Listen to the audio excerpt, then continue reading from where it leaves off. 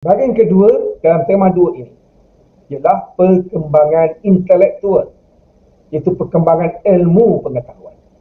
Pertama, ilmu nakli, ilmu akli. Saat di kajian Abbasiyah abad ke-11 hingga 13, Khalifah Umayyah di Andalusia abad 11 hingga abad ke-13. Jadi perkembangan ilmu nakli. Perkembangan ilmu nakli. Yang kedua, sumbangan tokoh. Di perkembangan intelektual ini ada satu lagi bahagian sumbangan tokoh. Ibn Sina, Ibn Khaldun, Imam Al-Ghazali, Al-Khwarizmi. Itu adalah tokoh-tokoh ilmu pengetahuan ataupun intelektual Islam. Dan satu lagi adalah faktor Baghdad sebagai pusat perkembangan ilmu pengetahuan. Ramai orang pergi ke Baghdad untuk menuntut ilmu. Orang Eropah, orang Kristian pergi ke Baghdad untuk menuntut ilmu. Sebab itu nanti Genghis Khan telah menyerang Baghdad, memusnahkan kota Baghdad. Kenapa dia serang kota Baghdad? Sebab dia nak memusnahkan kekuatan orang Islam waktu itu, iaitu ilmu pengetahuan. Habis library perpustakaan dimusnahkan oleh Genghis Khan.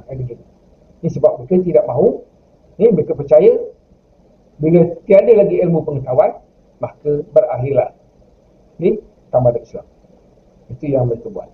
Dan itulah kepentingannya ilmu pengetahuan. Sampai hari ini kita perlu menuntut ilmu. Sebab ilmu itulah sangat penting dari segi kehidupan kita. Untuk menjadikan kita lebih memahami dunia dan mengenali Allah dengan lebih baik. Kita lihat apa yang ada dalam tema 2 bahagian yang kedua, iaitu perkembangan intelektual. Pertama sekali pelajar kena faham dari segi pendidikan Islam. Ada 2. Pertama, falsafah dan matlamat pendidikan Islam. Bila sebut pendidikan Islam, pertama kita kena tahu ialah apakah falsafah dan matlamat pendidikan Islam. Kedua, ciri-ciri pendidikan Islam. Kenapa dia berbeza dengan pendidikan sekular? Ciri-ciri pendidikan Islam kita kena faham. Dan satu lagi perkara ialah perkembangan institusi pendidikan. Jadi pelajar kena bezakan. Bila kita sebut perkembangan institusi pendidikan, di mana? Di Aceh, bagaimana institusi pendidikan itu berkembang? Bagaimana institusi pendidikan di Mesir itu berkembang? Dia berkembang dari segi kurikulumnya berkembang, tenaga pengajarnya berkembang, pelajarnya berkembang, pusat pendidikan ilmu, sebagai pusat pendidikan ilmu.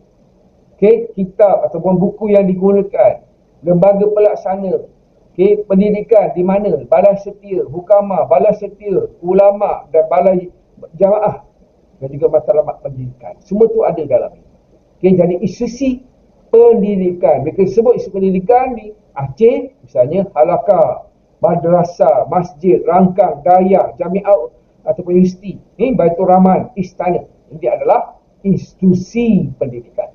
Di Mesir, contoh institusi pendidikan di Mesir, Masjid Amru Al-As, Kutab, Institusi Al-Azhar.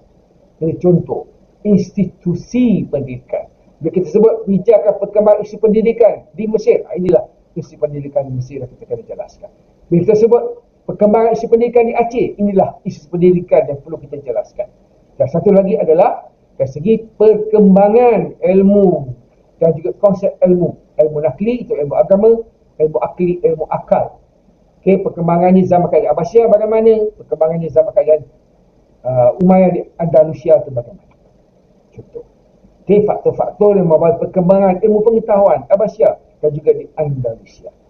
Jadi ini perkara penting yang kita boleh, dan kita perlu faham, perlu kuasai kalau kita nak menjawab soalan berkaitan dengan bahagian kedua tema 2, itu pendidikan Islam.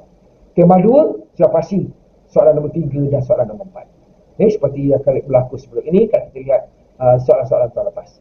Soalan 3, soalan 4 adalah berkaitan dengan pertama tadi, ekonomi Islam, pendidikan Islam. Baru 2, mungkin ada lagi. Kita tengok lepas ini. Dan tema 2 itu soalan nombor 3 dan juga soalan nombor 4.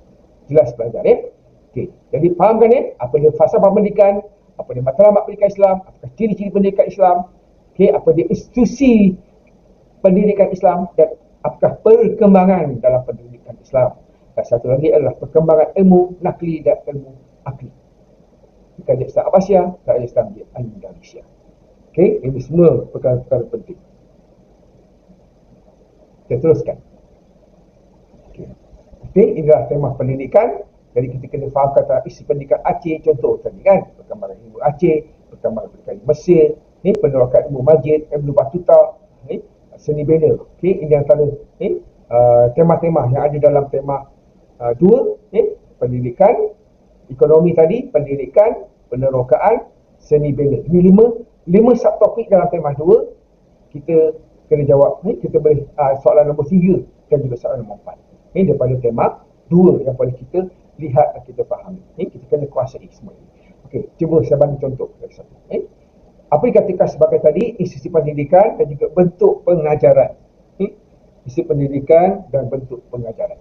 Pertama, dari segi institusi dia, masjid, istana, khalifah, kutab. Okey, kurikulumnya bagaimana? Cara penyampaian ilmu.